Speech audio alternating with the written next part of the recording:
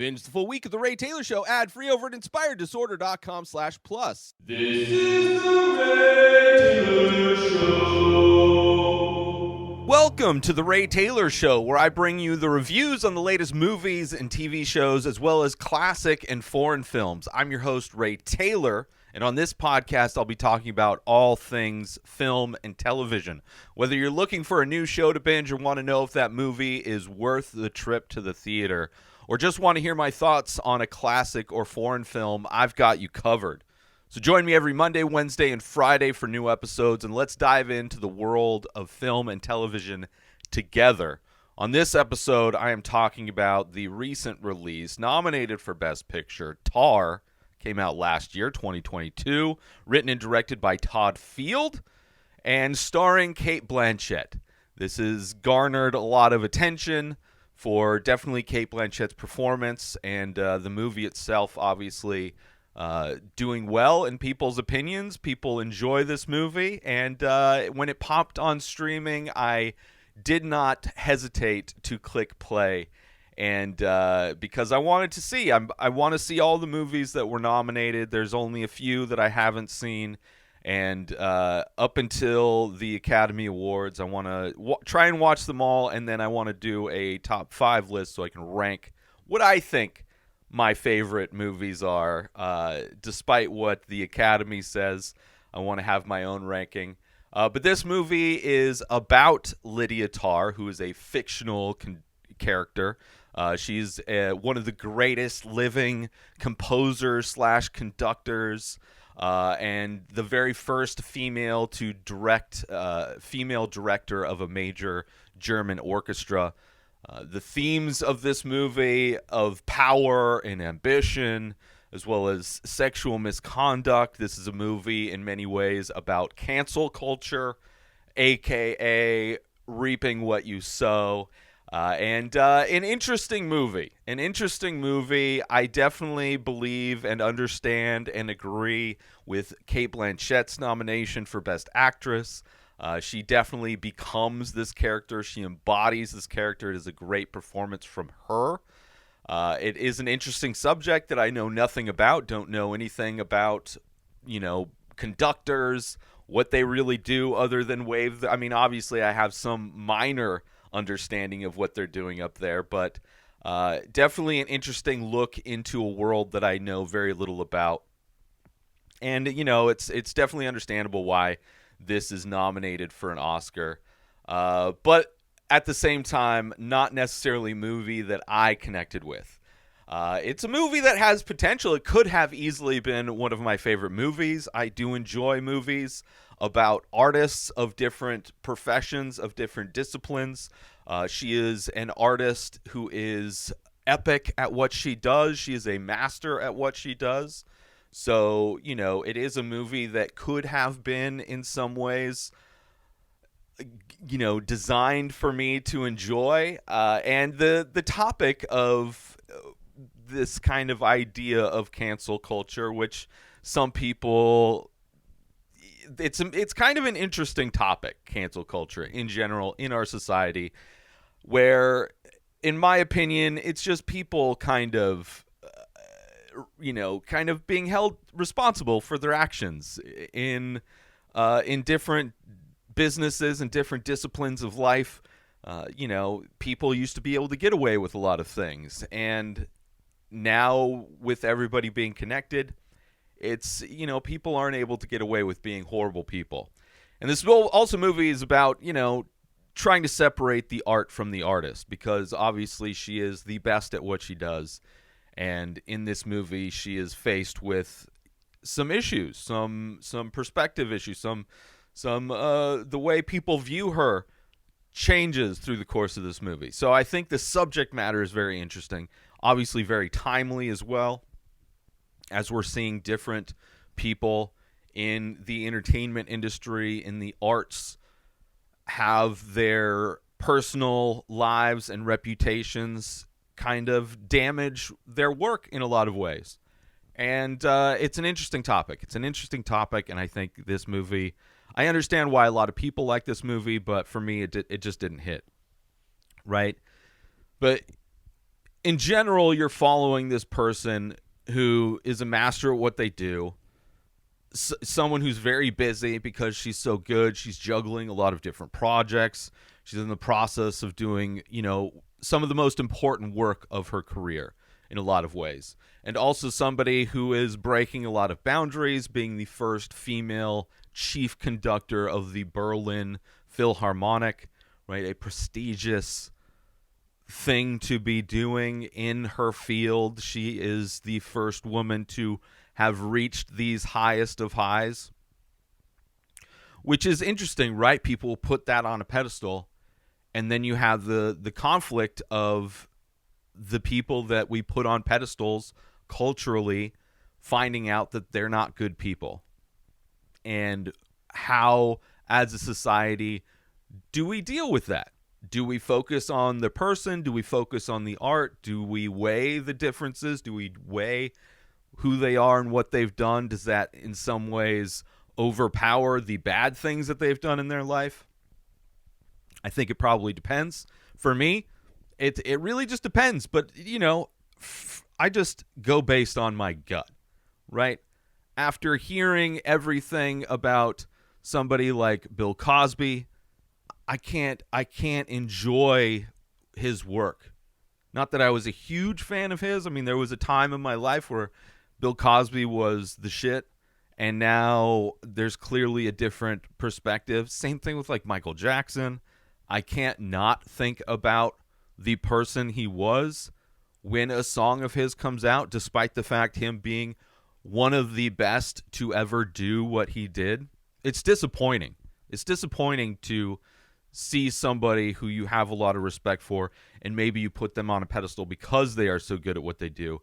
It is disappointing to find out that they are not good people, right? Similar in many ways to that idea of never meet your heroes, right? And I think because we have such connection to everybody, including our heroes, that statement is just broadened into don't find out the personal details about your heroes, because people who are at the top of their game have a lot of opportunity, and it's very easy for them to not be good people. So very interesting. And of course, as we're watching this movie, you see that she's surrounded by problems, right? It's not like overtly about that thing. For the most part, we're following her as she's juggling all these things. She's doing these things. She's preparing for this event that she's going to do. And we're getting hints along the way of the cracks in the facade, right? The veneer is falling apart, and we're seeing her faults.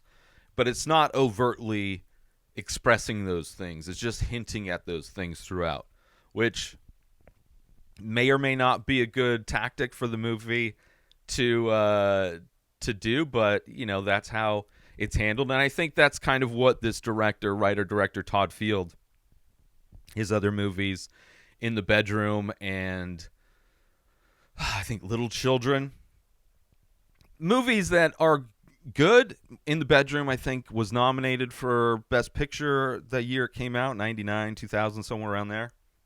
Not necessarily somebody that I enjoy, right? He definitely has a tone and a pace and an energy to his films that I don't necessarily connect to.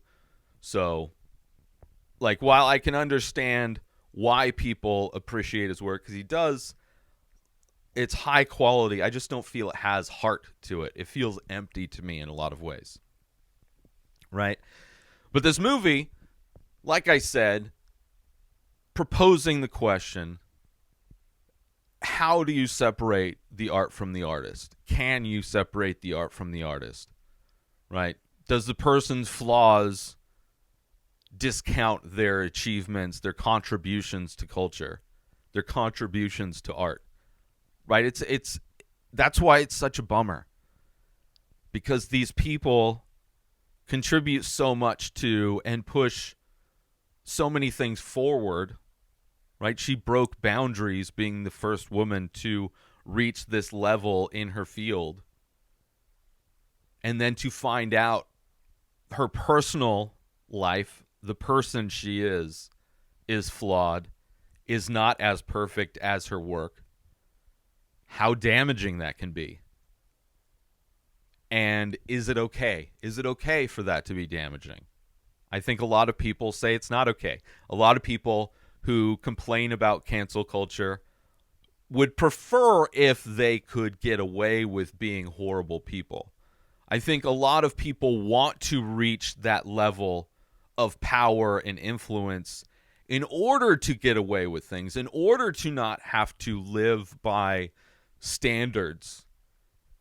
And I think they want people who do achieve those things to have those benefits, because it's like, it's this made up fairyland they have in their head where it's like, if you reach a level, success, having money, having fame is like some idealized reality people strive to be, and to see that those people that are holding those positions in our culture, in our society, them not being good, there's a lot of people that don't want their illusions to be shattered in a lot of ways.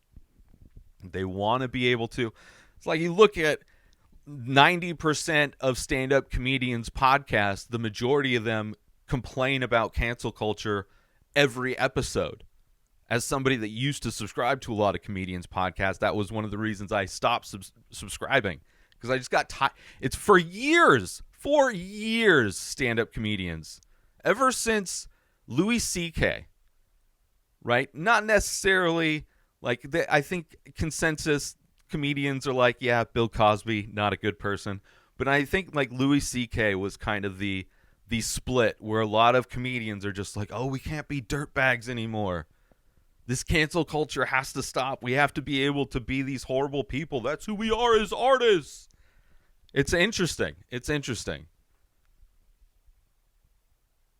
And again, you have these examples in our culture, whether they be Michael Jackson, Bill Cosby, or even like in film, or Kanye, probably one of the most recent, huge. It's insane the amount of people that will make excuses for Kanye. Like there's no excuse. There's no excuse. If you support him, then in many ways, you are supporting what he's actively doing. And it's, I don't know. But that's somebody that like I've never liked. So to find out that he's not a good person and is actively spreading some of the most hateful things, that he's supporting some of the things our country fought against in 2 world wars. People support that. It's mind-blowing because he's a rapper they like, because they think he's like some artist, some genius. Yeah, that word genius gets thrown around a lot. But it's definitely this movie is an interesting look into work that I know nothing about, a world I know little to nothing about, the modern classical orchestra world, the world of conducting, the highbrow art world, right? A lot of intellectual conversations in this movie, which I appreciated, right? It's almost like listening to TED Talks. A lot of the time, what they're saying goes over my head, but there's still, you grasp onto things here and there. It's definitely interesting, and just shows the level of immersion that Cate Blanchett did to become this person, to embody this character. Very interesting. Let's take a quick break from this episode because I want to promote. Are you looking for a way to take your love of The Ray Taylor Show to the next level? Look no further than Inspire Disorder Plus. As a member, you'll get access to a whole host of amazing perks, including the full week of shows, ad-free in both audio and video versions, a live painting archive, early access to the many faces, members-only discounts and deals, a podcast back catalog with over 600 episodes. But that's not all. As a member, you'll get access to my personal blog as well as my creative writing. You'll also get the chance to ask me anything you want. With all of these benefits and more, Inspired Disorder Plus is a must-have for any fan of The Ray Taylor Show. So don't wait. Go sign up now. Head on over to inspireddisorder.com/plus and start enjoying all of the amazing perks of the membership. And now, let's get back to the show. It definitely gave me a new understanding, for conducting, and a lot of respect for what they do. When you understand what a thing is, you can understand the difficulties involved. You understand the artistry involved. It can definitely give you a new perspective, new respect for the thing, which this movie does in a lot of ways. So you have an amazing performance from Cate Blanchett, right? You see this almost self-destructive nature, this feeling of invincibility, somebody who is at the top of their game, almost living in this manic state of invincibility. It's a movie that, definitely has, it's an interesting way to examine these themes. Because you could do any kind of artistic, creative person, you could do a movie about cancel culture. But to do a movie about this world that, even if this were like a real thing, and there was a famous conductor being quote-unquote canceled, we live in a world where niches are so much their own little ecosystems. Similar to comedy, like somebody that's not into comedy may not even know who Louis C.K. is, or that he was canceled at one point, which the idea of being canceled is he's still making money. He's doing fine. He still works. Same with all of these so-called comedians that have been quote-unquote canceled.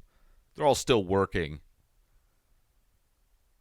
But if you're not in those worlds, if you're not paying attention, then you have no idea. And there could have been 100 conductors that have been quote-unquote canceled in the past 10 years. And I would have no idea. It would never show up on my radar. And that's what, when you're in these worlds, it is so much, right? You exist so much in that world. And you can't see that the majority of humans in the world do not care, are not even paying attention to what you're doing, right? But for me, this movie kind of felt like it was missing the meat, right? It was missing heart. It was missing, there was a lot of potential drama to be had with these things, these themes that it's coming up with. Could have made the character Tár more sympathetic, which I think on some level the movie might think it is making her sympathetic, which would make the audience kind of struggle a little bit more with having to separate the art from the artist. But because I didn't really connect with her as a character in any way, I never really felt bad that her character is somebody who only cares about her work, uses people around her to progress in her work, doesn't really. So when bad things happen to somebody that I would consider to be a bad person on a lot of levels, just on a generic person-to-person level, I don't really have any sympathy for her. Where if this was a character that I was able to connect with in some way, I think it would have made the idea and the theme of trying to separate the art from the artist, struggling with the idea of somebody who's done good in the world, or who is a good person and has made mistakes.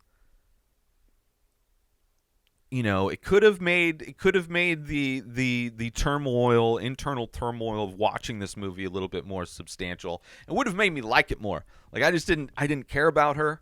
I thought it was interesting what she did. The conversations are interesting, but as like a person, I didn't really care. I didn't think she was a good person. So like when you see somebody kind of have this downfall, you don't really, it's just like, okay. I think the better kind of movies that show somebody spiraling out of control are when you have some connection to them, in my opinion, anyway. And it only hints at like interesting things, which is, I don't know. It felt like it could have been, with a few changes, it could have been a movie that I really got into. But,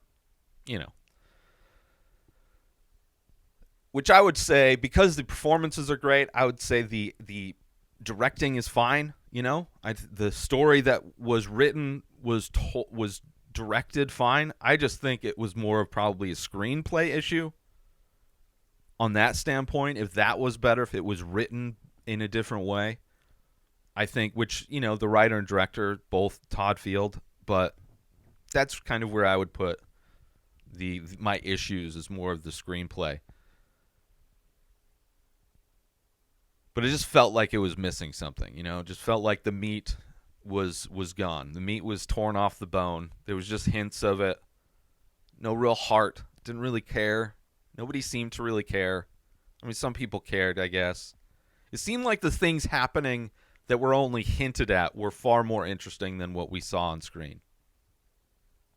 So, I do want to get into spoilers, talk about some specific moments and things. So if you don't want to be spoiled, this is your warning. If this, what I've said, sounds interesting, I mean, there's definitely people that love this movie. It is nominated. Some people like his movies. I think I'm just not a fan of his. I'm not a fan of his vibe. Maybe at some point I'll do a top 5 of his. I don't know how many movies he's done, but maybe if I watched all of his movies in succession, I'd be able to get into his vibe and understand how he likes to tell stories and maybe have more appreciation for his work. But so far, after watching this, which I didn't hate this movie, I thought it was good. I understand why people would like this movie. It's just a movie that I didn't connect with. And then seeing the other movies that he's done, and those being movies that I didn't really connect with, it makes sense for me anyway. So from this point on, spoilers. And as I said, Cate Blanchett, obviously amazing in this role. She definitely embodies this role so well. To the point where you see her, this movie starts with her being interviewed for it's like this New Yorker interview or something like that in front of a live audience. It's almost like the show that is on Netflix with that one guy, Dave, the late night guy, blanking on his name, where it's just a one-on-one interview in front of a live audience. And you see her behind off stage about to go on. She has like these kinds of tics, right? Either before the interview, or again, you see it when she's sitting down to play the piano, play this piece she's working on. It almost like she has Tourette's on some level, but she has these like weird tics as part of her character, which, I would say fleshes out her character a little bit more, makes it interesting, definitely makes it feel like a unique type of a character, which, people who are very successful in the art world have weird tics and things. I'm sure I have similar things. If I were able to step outside of myself and see and observe how I look before doing something important, I might have my own weird tics. But also throughout this movie, there's like this paranoia she has. She's having these things that are like almost audio hallucinations, where she's like hearing these in her apartment. She's hearing like these tones, which later we find out what those tones are. Her neighbor that's kind of elderly and has a caretaker, and there's like this alarm or whatever that goes off that she can hear through the walls. But then even when she's out for a jog, she hears like this woman screaming, and she's like running to find where this screaming is coming from. Right, so on some level, it seems like these are sounds that are actually happening, but also could be audio hallucinations, also could be, connected to her emotional state going through the things that are kind of off camera that she's going through. And there's even times like she's sleeping, she wakes up with the ticking of a metronome. Like there's these weird audio things that happen. Weird like dream states, weird kind of like hallucinations. There's moments where you're unclear what you're watching is real, hallucinated, or a dream. Because of her paranoia seems to be causing a lot of that stuff. It was interesting to watch her conduct in German, right? Fine-tuning the performance of this thing that she's preparing for with the orchestra. Super interesting. That stuff was interesting when she was talking about conducting. Very interesting. She's working on a lot of projects. She's in a same-sex marriage, adopted kid, and I believe her partner is also like one of the lead chairs in the orchestra, I think.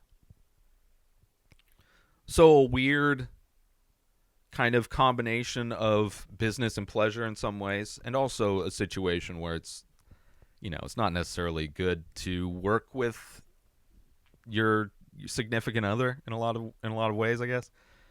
But she's very busy. She's got this assistant who doesn't seem very happy, who seems to be just one of the many pawns that Cate Blanchett's character is kind of just using, kind of dangling an opportunity in front of them in order to get them to do what she wants.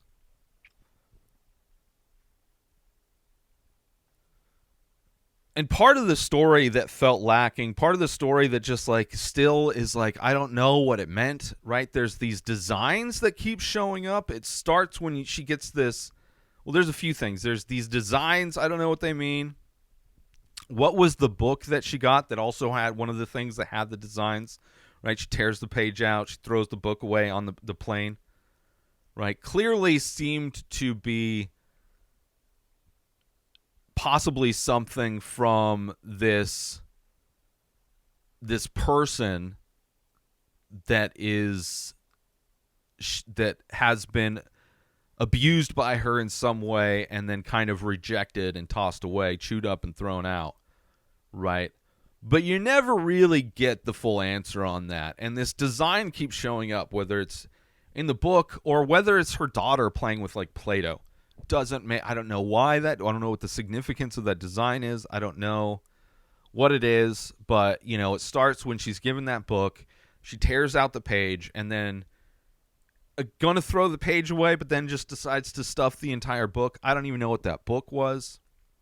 Let's take a quick break from this episode because I want to talk about, are you looking for the perfect gift for that art lover in your life? Look no further than inspireddisorder.com. Our gift cards can be used to purchase original artwork from The Many Faces, a collection of over 2,000 original abstract ink portraits. These one-of-a-kind pieces make for a truly unique and meaningful gift. But that's not all. Our gift cards can also be used to purchase high-quality prints and t-shirts featuring these amazing paintings. Plus, if the recipient is a fan of The Ray Taylor Show, they can use the gift card to purchase merchandise from the show as well. So why wait? Head on over to inspireddisorder.com and purchase a gift card today. Your loved one will be sure to appreciate the thought and creativity behind such a unique gift. Thank you for considering inspireddisorder.com for all of your gift needs. And now, back to the show. She wakes up hearing this metronome and she finds it in a cupboard in her studio. And the lid of the metronome has this design on it as well. She goes into her daughter's room and she sees this design being made out of Play-Doh on the floor of her daughter's room. It just doesn't, right? And it's all seems connected to this potential past relationship or past assistant that she had, Krista Taylor, I think. right? You find out like maybe she's a womanizer. Clearly that kind of becomes uncovered that she is, that she's has this routine many times of getting in relationships with people that are part of the orchestra, with her assistants or whatnot. We find out that Krista kills herself. Like there's this whole other part of the story that seems so much more interesting that we never see what happened with them. We see glimpses of it with Tár looking on her assistant's emails. You see moments of it with like on-screen text messages, but it's all just hints. You never really see what the true nature of things are. But you know it's not good because you see how Tár just like acts like she doesn't even know anything about it, right? You see many points in this movie where she's just lying about things that are we know are not true. And we find out that this woman who committed suicide, that she was like a young orchestra conductor herself. She's only 25 years old, right? But there, this movie, things I can criticize, although I've said things that I did enjoy, but there are some moments that I love in this movie, right? There's this moment where she's taking her daughter to school and who's being bullied, and she confronts the bully, who's like, these are like 6-year-old kids or whatever, 6, 7, 8, somewhere around there. And I don't know what it is, but I love movies or TV shows where adults confront child bullies. And it's something I've seen. I don't know what I've seen it recently in things. And I would say definitely something that I enjoy, right? It's like, okay, yeah, like seeing an adult threaten a child who's a bully is like, I don't know, as somebody that was bullied a lot in childhood and would have loved an adult to do something like that, which doesn't really exist. It's kind of a fun thing to see. I love the way they audition. For one of their pieces, they're going to have a cello soloist, and they do these blind auditions where you can't see who it is. Loved that. The music is also beautiful in this movie. The moment where she's trying to return Olga's bear, the cellist, trying to return her bear, and she goes into this like, run-down apartment building. She goes into the basement, and there's a dog. Like, it gets creepy. There's like creepy moments, but they end up being very lacking, right? They don't hit really. But it was definitely kind of a scary moment. And then, especially when she trips and smashes her face, right? But of course, then we see her lie about that. Say she got attacked, right? So you know that she, and like effortlessly lies. So you know that this is like part of her MO, that she doesn't tell full truths ever. But, and I also loved when the neighbors trying to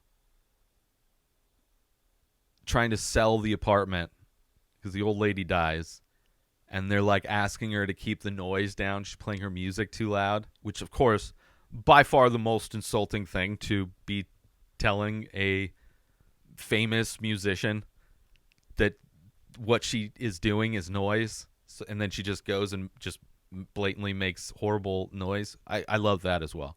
Kind of those are like the fun moments of this movie that I enjoyed, that have little to nothing to do with the entire movie, but were little moments of joy, little moments of like, oh, okay, this, like, I'm like engaged in this movie in some way. But ultimately, I didn't feel bad for how she ended up. I think the audience is supposed to wrestle with that a little bit more when we see what happens to her, when we see everything fall apart. Right? We're supposed to be disappointed in some way that she gets downgraded. She goes from this highest of high, and now she's still technically doing what she loves. She's still doing her art. She's just not doing it at the level. She doesn't have that prestige that she had before. She's relegated to conducting an orchestra for what appears to be some cosplaying thing in, Thailand or something like that. Some Asian island place. So obviously, from like a success standpoint in her field, not the pinnacle that she was at. But I didn't really feel bad for her. Because there's like good people that lose everything for no reason and aren't even able to do the thing they love to do. So, I don't know. She's still able to do what she loves to do. It's just definitely not at the level she wanted to. And she still can create. There's like nothing, like the only thing that changed is the surroundings by which she's doing this.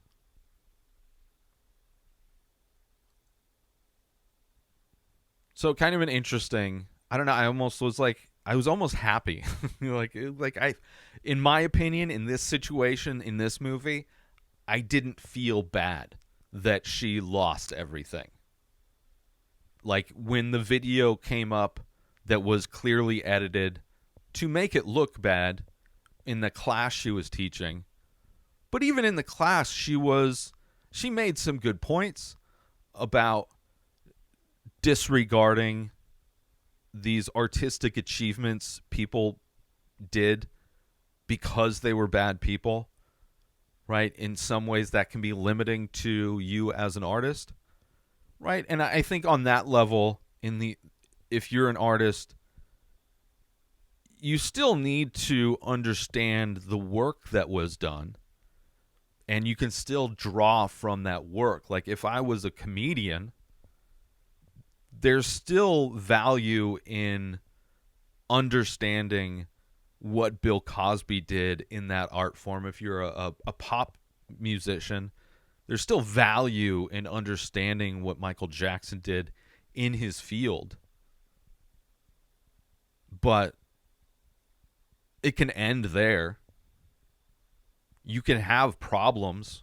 You can have, disagreements with him as a whole and maybe not enjoy or appreciate his work on that level, knowing who they are.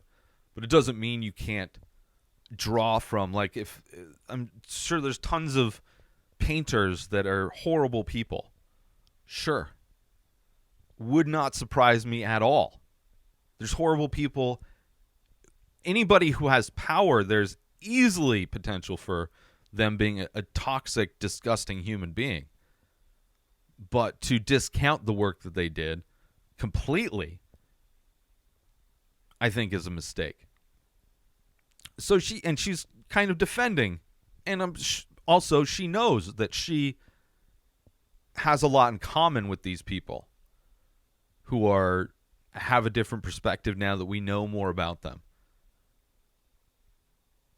But I didn't feel bad when the video comes out making her look bad, because that's not the only thing that she was bad for. It's not like her whole career fell apart because of that video, right? That video was just another piece, another small piece of who she is, right? She had done, like, let's say 100 bad things, and that was just one of the 100 bad things. Maybe not actual proof, but if you are a good person and somebody edits a video to make you look bad, then there's going to be a lot of people who are going to discount the lie. Hopefully. Maybe not. I'm sure there's some people that have unjustly lost their careers, but I would say that's pretty rare. And, I don't know. It's that I think a lot of people just need to realize that that's the reality we're in. That you can't just pretend to be a good person. right?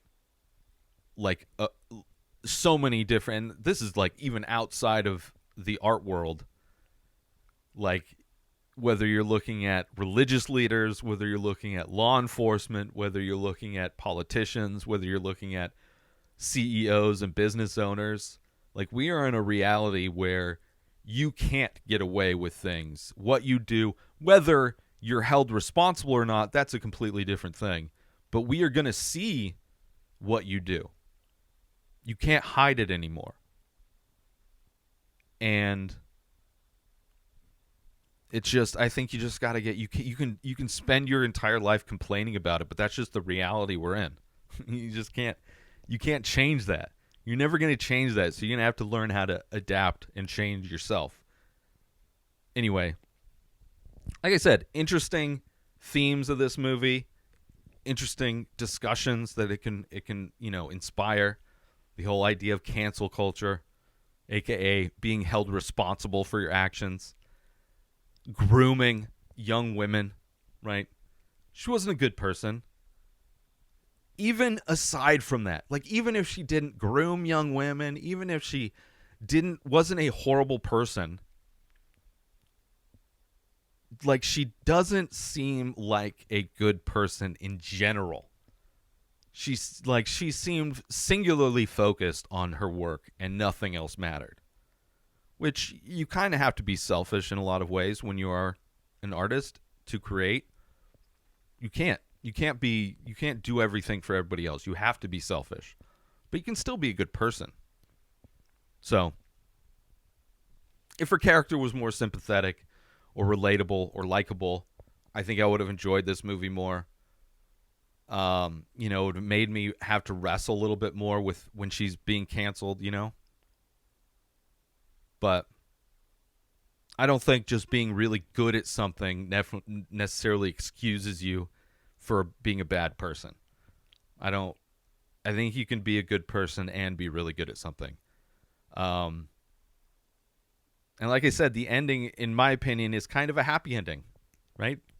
She loses her status. She loses her privilege. She gets relegated to still doing what she loves, but in a very smaller form. She's able to create. And it's a well-made film. Great performance. Just didn't hit with me. Didn't feel like there was much heart in it. So that's my thoughts. I want to thank you for tuning in to The Ray Taylor Show. I hope you enjoyed my thoughts on Tar. Don't forget to tune in every Monday, Wednesday, and Friday for more movie and TV show reviews. And join the conversation by leaving a comment on your favorite podcast platform or YouTube if you're watching the episode. Until next time, enjoy the show. New episodes of The Ray Taylor Show come out every single day. Subscribe on YouTube and everywhere our podcasts are found. Binge the full week over at inspireddisorder.com/plus. Buy Ray Taylor Show merch over at inspireddisorder.com. Have a wonderful day, everybody. Peace out! Today is the day where you wake up and you realize that everything that you've been dreaming about, everything that you've been wanting, every goal and wish and hope that you've ever had can become real. Dreams can come true. What you manifest in your mind, you can bring to reality.